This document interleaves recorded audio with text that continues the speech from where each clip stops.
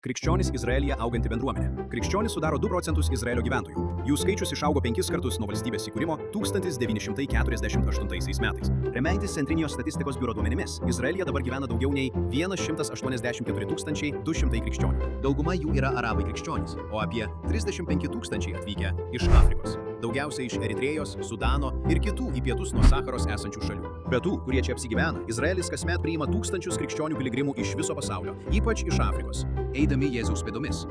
Jie lankosi svarbiausiose krikščionybės vietose – gimimo bažnyčioje Betliejuje, Šventajame kape Jeruzalėje, Galilėjoje, Kafarnaume, Palaiminimų kalne, Galilėjos ežere ir Nazarete.